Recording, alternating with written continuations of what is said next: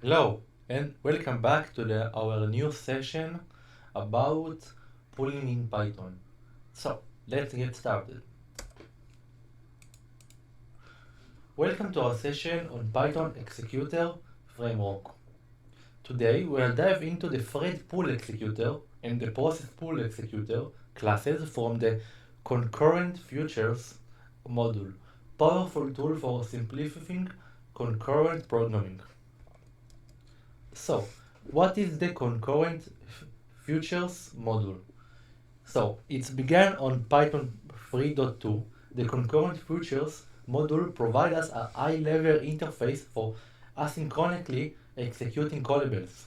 The executor subclass, the ThreadPoolExecutor and the ProcessPoolExecutor manages a pool of threads or processes respectively to execute function calls asynchronously, as you can see in this picture.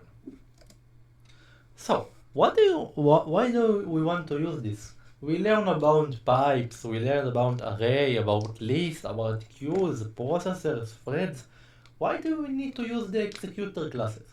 So, the executor abstracts away the complexity of threads and process management, provide us a simple, flexible interface for executing tasks concurrently. This allows us, the developers, to focus on business logic rather than the interactions of the thread or process lifecycle.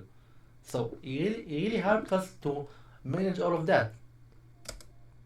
How we can use the thread pool executor? So it's ideal for I/O bound tasks, and it simplifies the threads management by calling a pool of workers threads to execute calls. So in this Python example, we can see that we import the thread pool executor from the concurrent, and then we will use with thread pool executor with max workers of 5. We submit the function with the arguments. We will learn later about the max workers and the submit, don't worry. The same for processes. It's best suited for the CPU bound, as we learn about threads and process. Threads is for I/O and process for CPU. And in addition, the process pool executor manages the pool of workers of processes, bypassing the global interpreter lock GIL, as we already learned. So, what is the submit? The submit method scheduled a callable to be executed and returns a future object, representing the execution of the callable. You can query the future of status and results, provide us a flexible way to manage asynchronous executions. So, what are the best practices for using executors? Choosing the right executor based on the natural you know, I/O or CPU, threads or processes. Be mindful of the max workers parameter to avoid overloading of your system. And always use with context manager to clean up your code and your logs properly. So it's very important to use the with as well already so.